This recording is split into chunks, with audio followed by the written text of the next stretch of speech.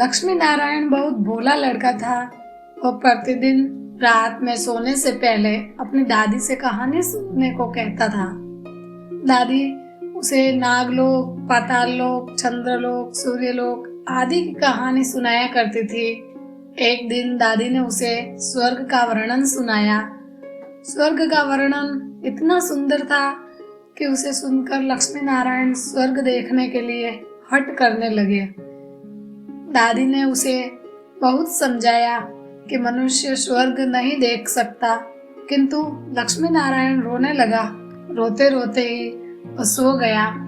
उसे स्वप्न में दिखाई पड़ा कि एक चमचम चमकते देवता उसके पास खड़े होकर कह रहे थे, बच्चे, स्वर्ग देखने के लिए मूल्य देना पड़ता है। तुम सर्कस देखने जाते हो तो टिकट देते हो ना, स्वर्ग देखने के लिए भी तुम्हें उसी प्रकार रुपए देने पड़ेंगे।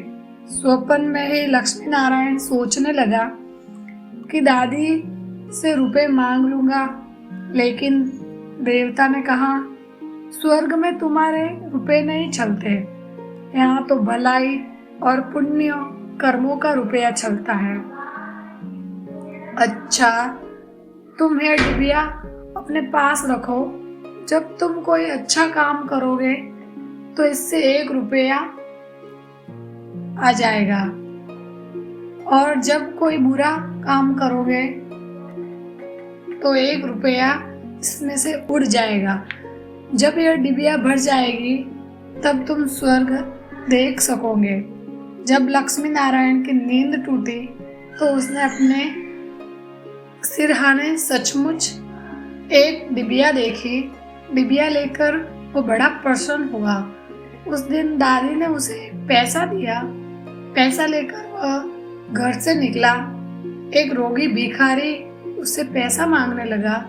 लक्ष्मी नारायण भिखारी को बिना पैसे दिए भाग जाना चाहता था। इतने में उसने अपने अध्यापक को सामने से आते देखा। उसके अध्यापक उदार लड़कों की बहुत प्रशंसा किया करते थे। उन्हें देखकर लक्ष्मी नारायण ने भिखारी को पैसा दे दिया।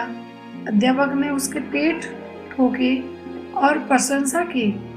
घर लौटकर लक्ष्मी नारायण ने वह डिबिया खोली, किंतु वह खाली पड़ी थी।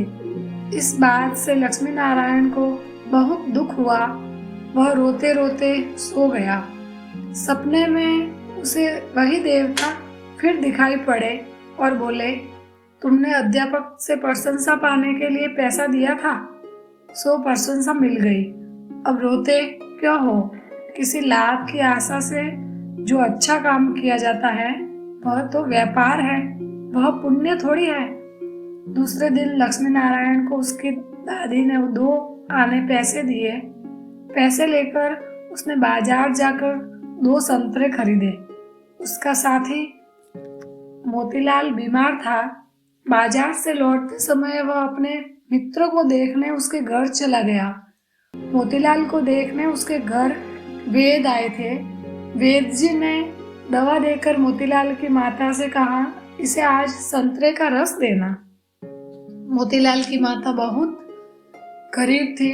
वह रोने लगी और बोली, मैं मजदूरी करके पेट भरती हूँ। इस समय बेटे की बीमारी में कई दिन से काम करने नहीं जा सकी, तो मेरे पास संतरे खरीदने के लिए 1 पैसा भी नहीं है।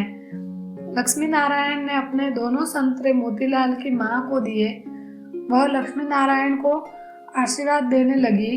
घर आकर जब लक्ष्मी नारायण ने अपनी डिबिया खोली तो उसमें 2 रुपए चमक रहे थे। एक दिन लक्ष्मी नारायण खेल में लगा था।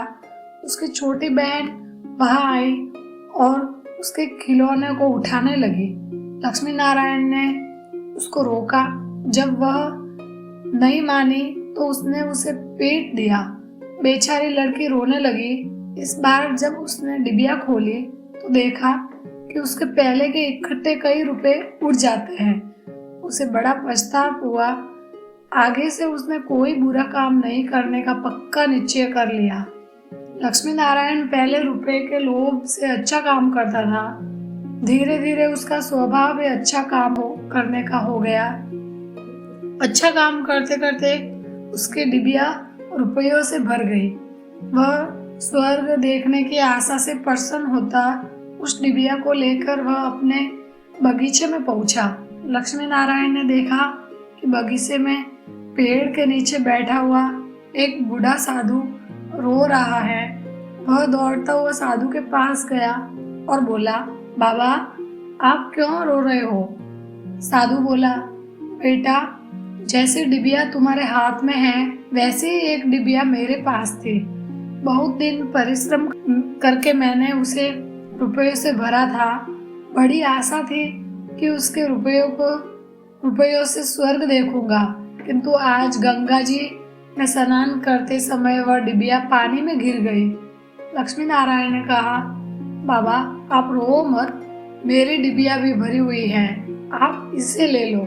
साधु बोला, तुमने इसे बड़े परिश्रम से भरा है, तुम्हें इसे देने से दुख होगा? लक्ष्मी नारायण ने कहा, मुझे दुख नहीं होगा बाबा, मैं तो लड़का हूँ, मुझे अभी पता नहीं कितने दिन जीना है। मैं तो ऐसी कई डिबिया रुपए इकट्ठे कर सकता हूँ। आप बुढ़े हो गए हैं, आप अब दूसरी डिबिया पता नहीं भर पाओगे या नहीं, मेरी डिबिया ले लीजिए। साधु ने डिबिया लेकर लक्ष्मी नारायण के नेत्र पर हाथ फेर दिया। लक्ष्मी नारायण ने नेत्र बंद हो गए। उसे स्वर्ग दिखाई पड़ने लगा।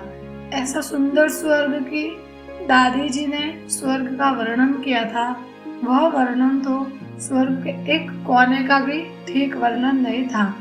जब लक्ष्मी नारायण ने नेत्र खोला तो साधु के बदले स्वप्न में दिखाई पड़ने वाला वही देवता उसके सामने प्रत्यक्ष खड़ा था।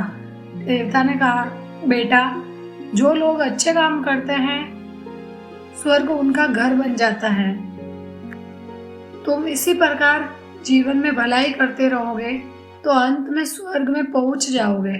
देवता इतना कहकर वही अदृश्य हो गए।